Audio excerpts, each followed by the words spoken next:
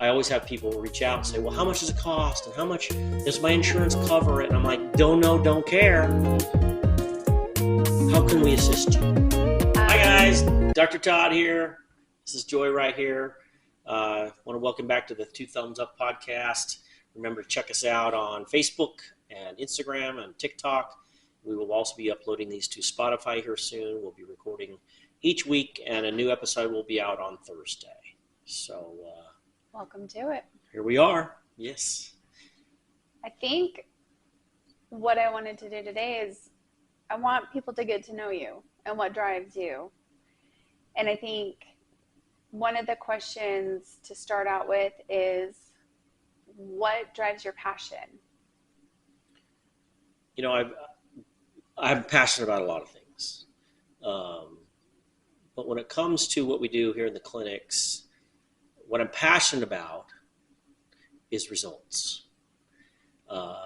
Patient results, meaning having patients have an amazing experience with how they're treated, how the first interaction they have when they come in the office, their overall experience, and the treatment they get. I'm driven by that result.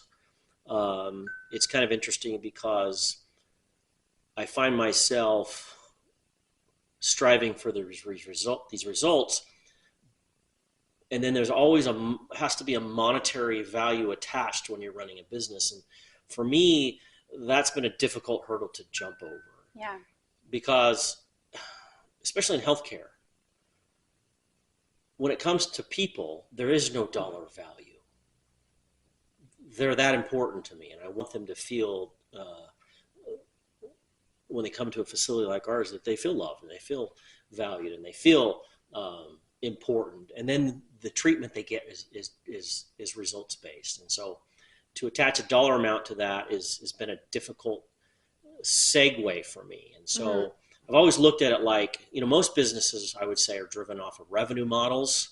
I've never really looked at that way. It's always been off of people results. And so that's what drives me. I really have a great desire to do something unique, to do something different, to present it in a different way, to maybe spark interest in others where they did not see themselves before. And so having a safe place where people can come, feel loved, feel our compassion for them, and feel that they are receiving great care is what drives me. And among other things, just adding new ideas and bringing in different possibilities and meeting new people and always be looking and just enjoying the process of whatever's being created. It's like what's interesting is, people or I, have this vision of what I would love to create and what my vision is. I have no idea how to get there. I don't even know what it looks. I don't even know. And so that's what's been what I call life is a free fall. Yeah. It's like, well, I see this beautiful idea and vision and possibility. The good news is I have no idea how to get there. Well, I know, even when I started with you 6-7 years ago, we were focused on physical therapy. And physical therapy turned into concussion testing and treatment and getting people feeling better with concussions. And that's turned into now working with an anesthesiologist and working with pain management and pain injections. It is continuously growing. And it all starts by a spark of an idea. Like we see a lack of something and problem solve. There's like seeing a unique opportunity in this space. And another thing that I'm super passionate about is the mild to moderate brain injuries world, because we saw a unique opportunity. And there's still not very many groups out there even doing what we do. And in the world of healthcare, when there's a lot of everything, it's a lot of fun to be able to be sort of a pioneer in this world where it's kind of like, hey, we're creating this as we go along. And if it's results driven, which is my passion, we create ways of doing it in a super unique way. And that's what I'm excited about. I love that as things come up in business, it's okay. So we'll take the concussion world. The concussion world is continuously evolving, and new information is coming out, and they're doing more studies. And with each of these studies that information is revealed, we take that and incorporate it.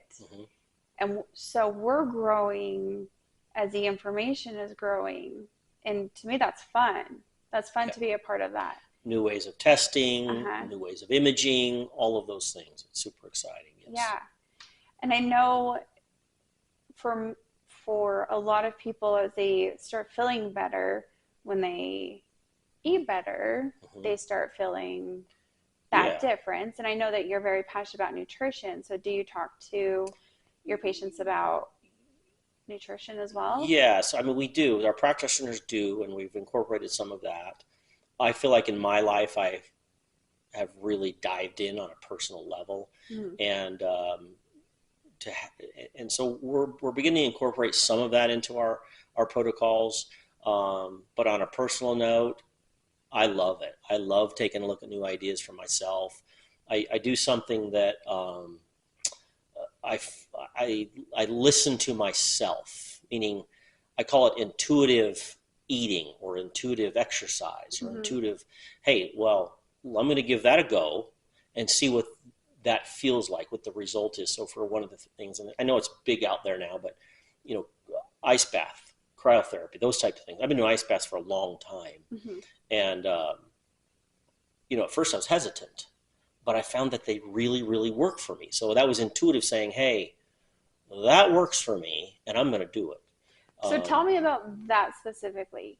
So when you say you're intuitively listening to your body, you heard about doing ice baths. Yeah, I'll give you an example. Okay. So, Melanie and I, we were vegetarian for quite a while.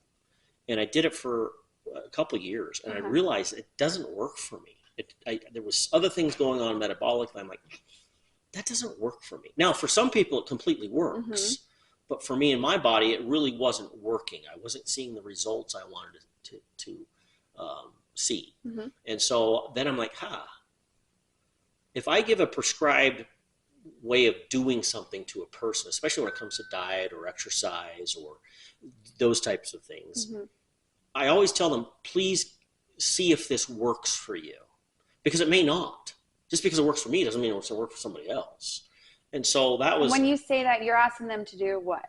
Listen to what it feels like. Okay. Not what everybody else is saying. Not what everybody else is saying. Okay. But what is the result you're experiencing? Because I'll tell you this. I know from the moment, when it comes to my diet, I know in the moment that Pepsi Cola hits my mouth, I'm like, that's not, and granted, I used to drink Pepsi. It's like, I used to call it the nectar of the gods because it's so good. But after I stopped and felt the results without having it, and I haven't drank in a long time, but and it's almost like this. It's like, I always, once in a while, I have to be reminded what doesn't work. So the other night, we had some friends over watching the AFC and NFC championship games. And like, hey, let's get pizza. And like, everybody's bring all this varying types of food. And it's going to be fun. And it was fun for the first couple hours until my stomach started to feel like it was going to explode. And I was so uncomfortable. And I got a little bit ornery. And I'm like, bro, what are you doing? How many times do I have to be reminding myself of the choices I make, of what's not working? And so there again, I'm like, okay, today, the Monday rolled around. I'm going to fast today. I'm going to be me today. And I know how to unwind it. But if I continue a pattern of not working, from my diet to my exercise to, it's a short distance between feeling great and feeling lousy. So when you say getting back to being me, What, are you saying getting back to feeling good? Feeling good. And inside listening of yourself. Once again, listening to what I know works for me. Yeah. And again, I think that for me, it's been a super empowering way to live life. Yeah. And so intuitively, I ask myself questions. And I base some of those questions on the history of doing things in my diet, my exercise, my life that don't work. Okay, so being a vegetarian, vegan did not work for you because you didn't feel optimized. I didn't feel optimized. And some people do. Some people do. So that's why you're like recommending people listen to themselves, what works for them and what 100%. Doesn't. So you've ebbed and flowed in figuring out how to eat for your body based on how Still you learning. Feel. Yes. And then you've incorporated the cold plunge because how does that make you feel? Why do you do that? Oh, it's so heavenly for my joints. As I've gotten a little bit older, I notice these aches and these pains and different things. And I'm telling you, since I've done that, the inflammatory processes in my joints, in my back, and my hips, and my pelvis, and other things, I've noticed skin tightening. I've noticed specific areas of adipose fat losses where I had problems before. I get in there, and the other wonderful thing about it, honestly, I get out and I'm in a whole different world. I'm calm. I feel peaceful. It's almost like it's there's a dopamine process, but it takes me from what I call sympathetic overload, like, oh, I got all these things going on today, and it calms me down and puts me into what I call parasympathetic space, where it's that relax. I just am it slows my body down, it slows my mental processes down, and I'm able to go be connected during the day. How long are you doing this for? You mean in a given day? Yeah. Yeah, like I'll do 3 minutes. 3 minutes, and are you doing it every day? I sometimes twice a day. Okay. And again, I listen. And there's been days where I'm like, not today, folks. It's not going to work for me today. Because I ask myself the question. And now what I found is my body will tell me without asking the question. Because you've become so in tune with listening. I will remind myself intuitively, hey, go. It's ice bath time, or hey, today's a long fasting day, and that's been a tremendous result in my life too. And I know, however, I know for some folks fasting doesn't work, but I've learned that it completely works for me. Yeah, and it's one of my favorite things to do. And these are the things I'm passionate about, and the things that I see, and so one of the things I really like our practitioners to do also is do what works for the patient, but ask them questions and then find out the result of what they're experiencing. And that's super empowering, A, for the practitioner, B, and more importantly, empowering for the patient to literally take on their own health, their own life, their own way of being. So that's what's super fun. Are you doing the hot saunas?